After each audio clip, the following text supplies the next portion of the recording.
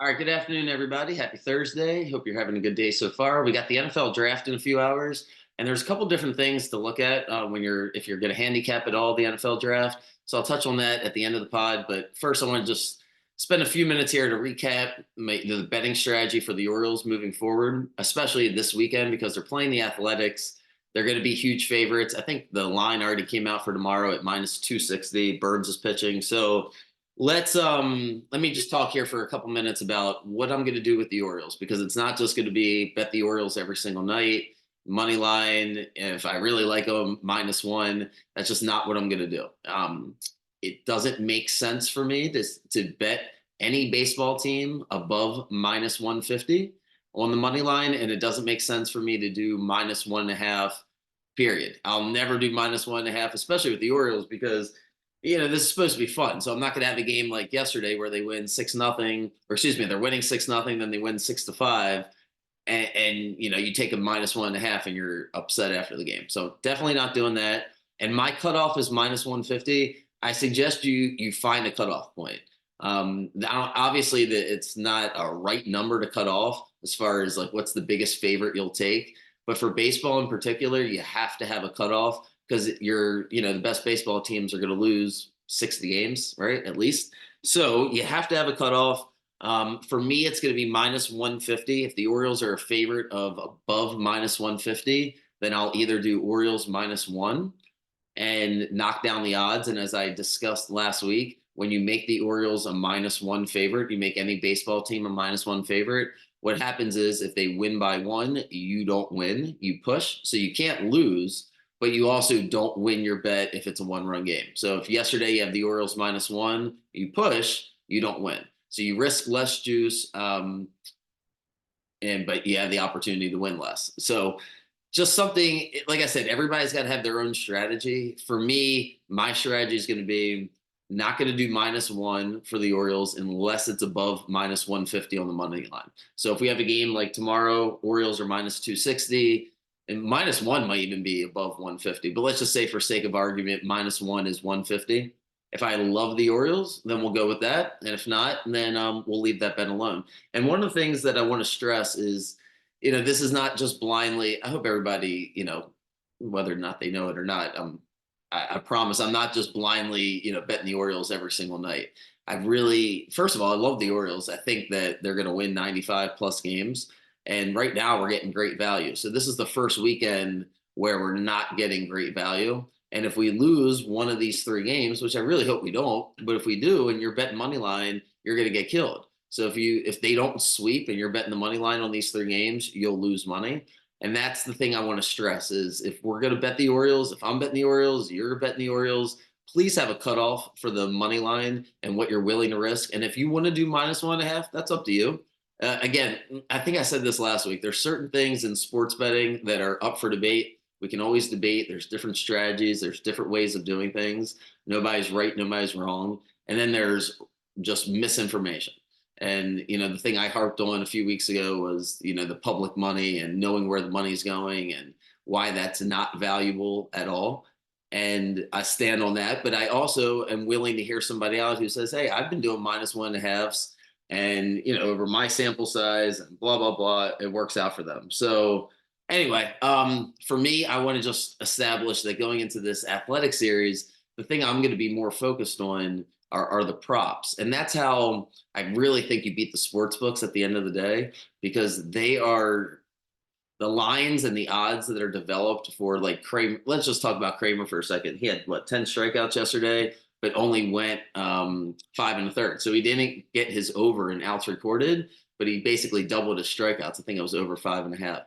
So all of those odds, his outs recorded, strikeouts, runs to give up for the pitchers, it's all based on statistics. It's all based on algorithms. It's not like, the lines makers are being scouts and they're watching the games and adjusting it based on that. And they don't get a ton of money that would really move those odds without there being a red flag. So there's not, millions of dollars wagered on Kramer's props. And they usually do a pretty good job of setting the line where they get 50-50 action on props. And if not, they just juice it up. But my point is, if you're watching the games like I am, you can really pick up on um, what's the game plan going into. Like I think it was Grayson the other day where I said I like the over and his outs recorded because our bullpen was a little bit tired, certain guys weren't available, so it's like, man, his goal is to get as many outs as possible, maybe not as many strikeouts.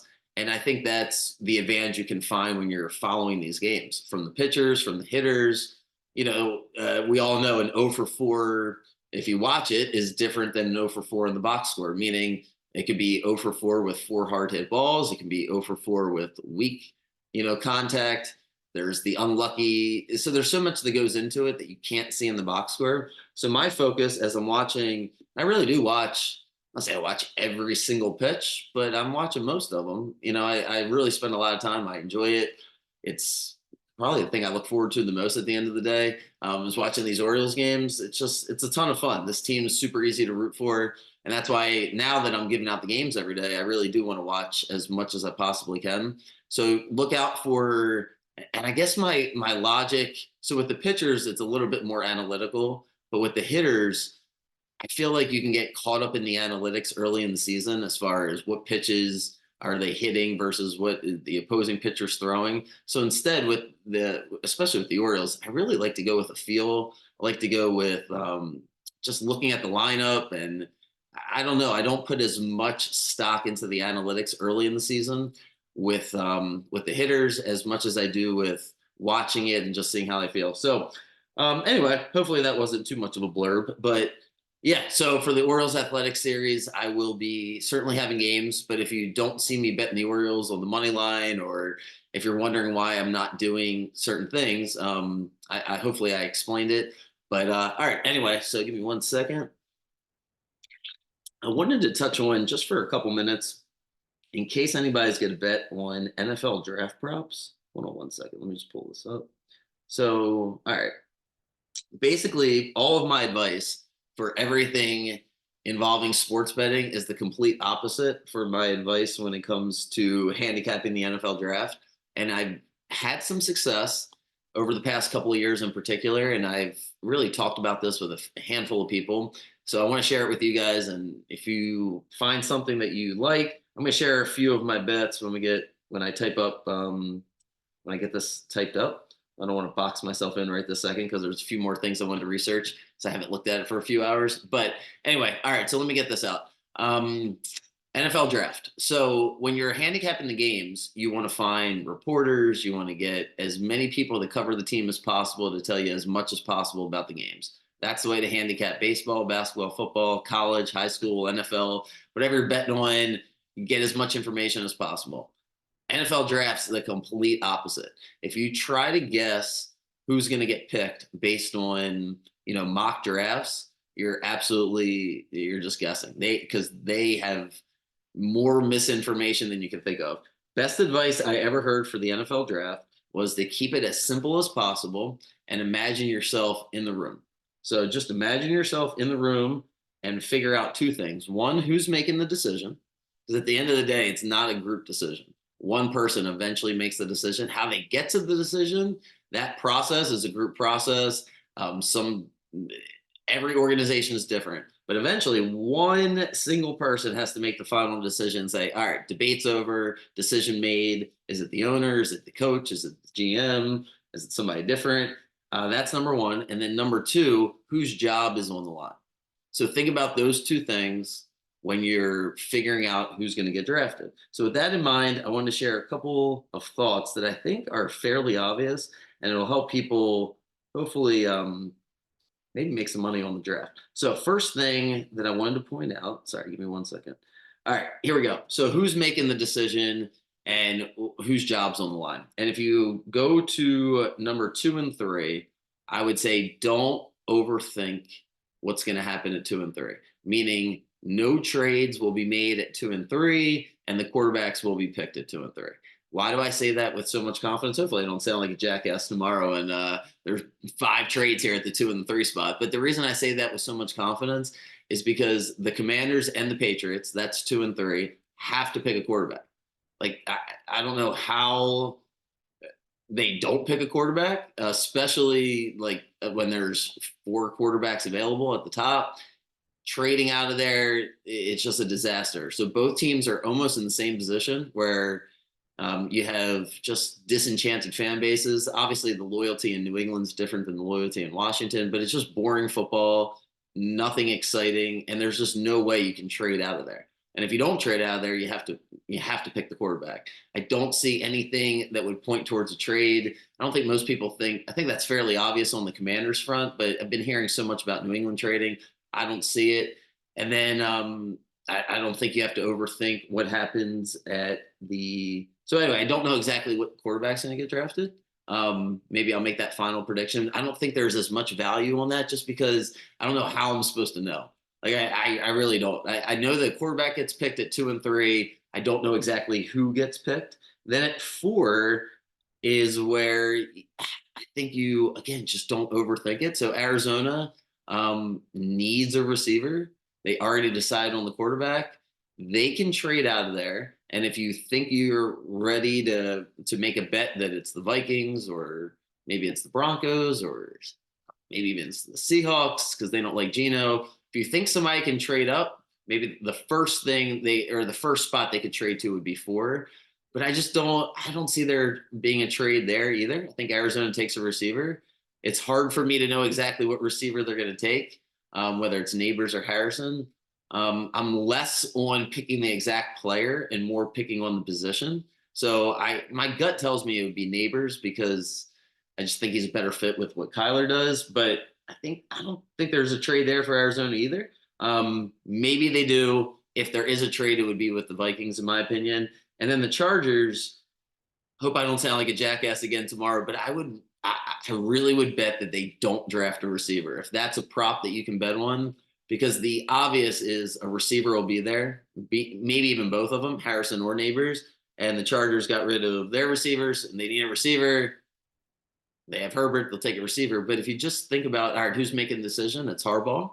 And he's got the job security.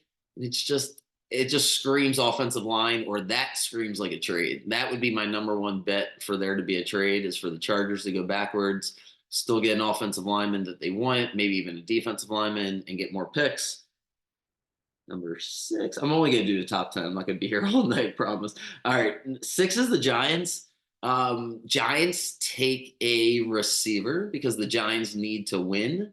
I think they could take an offensive lineman if both receivers are gone. But if not, I think they take the receiver, whether it's Neighbors or Harrison, assuming one of them's there. And if they're not, then they take an offensive lineman or they're a candidate to trade out of that spot because the Giants have to win.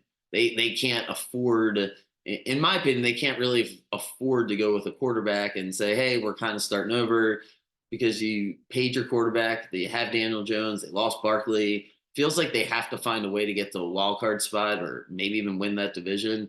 They think they have more talent maybe than the rest of the league does. So it feels like they got to draft somebody that can help them win instead of just drafting a quarterback and punting on the season. And then the Titans seems, for some reason, most mock drafts just have them taking an offensive lineman. And I guess that's because they need an offensive lineman. But if you look deeper at their team, I think the Titans are the perfect team to either trade down and, maybe get more draft picks because they can build it out. Or I could see them being a team that jumps up to 4 with Arizona or jumps up to 5 with Los Angeles. They seem like a team that would really want the receiver. Again, I keep saying the receiver because it's Odunze from Washington is up there, but Neighbors and Harrison are the 2 receivers. I don't know exactly which one is favored by each team. My gut tells me Neighbors fits better just because the speed and the ability to separate seems to be more coveted by teams than what Harrison does. And anyway, so Tennessee, though, they invested in Levis by getting Ridley at receiver and they got Hopkins at receiver. But their new coach, Callahan, was the offensive coordinator with Cincinnati. And he didn't build out the offensive line very well, right? Like that was always Cincinnati's weakness, but they always had the receivers. I think they could be the candidate to trade up for receiver. And what's that? 7. Yeah, we're stopping at 7 because I don't have a firm opinion on Atlanta because I don't know what Atlanta's doing. They should have Lamar Jackson / Bill Belichick, and instead they have Kirk Cousins and Raheem Mars somehow. So who knows what Atlanta's going to do?